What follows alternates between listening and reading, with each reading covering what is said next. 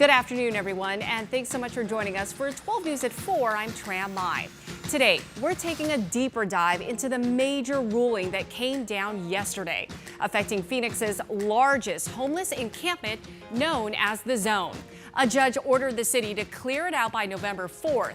The decision was a big win for businesses in the area that have been fighting for this for years.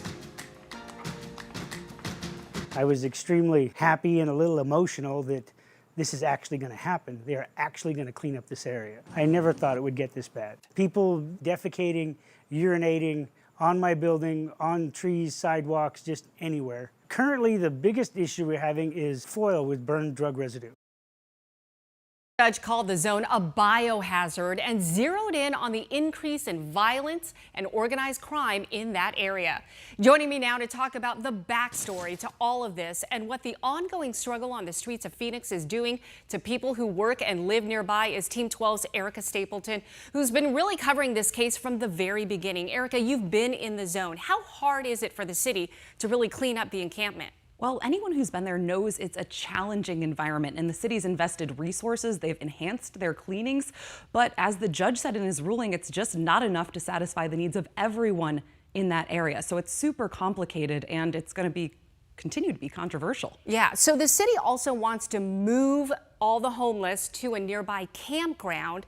Can you tell us more about this campground? When is it expected to be open? Their goal is October, but there's still some things getting worked out, so time will tell. And it also just goes to show how slow it can be to get some of these solutions to help those who are living in those conditions. Now, this was such a big win for a lot of these business owners and residents who live nearby.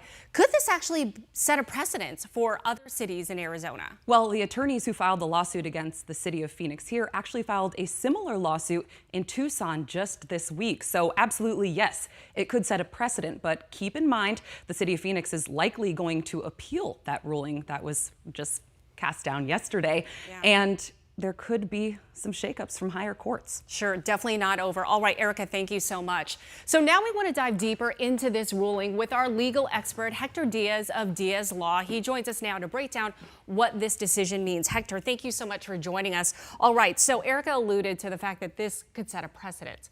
But could this actually go beyond Arizona's borders? Because you've got big cities like LA, San Francisco, Seattle, all battling homelessness as well. If you're a city manager in one of those cities that has a homelessness issue, you're reading this opinion. Mm-hmm. You absolutely are having a meeting to talk about, are we next on the list to face a lawsuit? I mean, this was an incredibly scathing opinion, but it was also well written by this judge. I think this judge recognized that while the city, had this honorable goal of trying to address this, they were doing so at the expense of business owners and residents, and that was just not enough.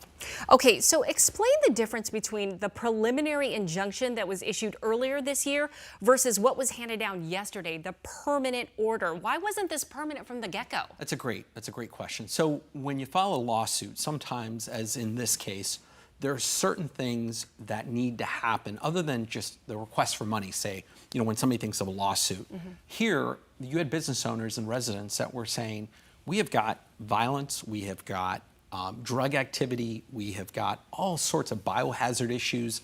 These things, we can't wait until there's a final decision from the court. We need the court to act now. Yeah. The court reviewed that issue back in March and agreed. Yeah, it was so bad that they needed to do that preliminary. Absolutely. All right, so some business owners, they had said that they don't think, they're a little weary that this could actually be cleaned up by November 4th. If the city does not have it cleaned up by November 4th, then what happens? Trump, they're going to see sanctions. They're going to see, more lawsuits. They could see more attorneys' fees accruing here on the city. And I, on my way in here this afternoon, I actually drove by it. Yeah. You do see an effort to clean up the zone, but that's a Herculean task that you're seeing. I don't know how the city, if they can meet this by November 4th, and we'll have to see. Yeah, we know that they will appeal. Hector, thank you so much.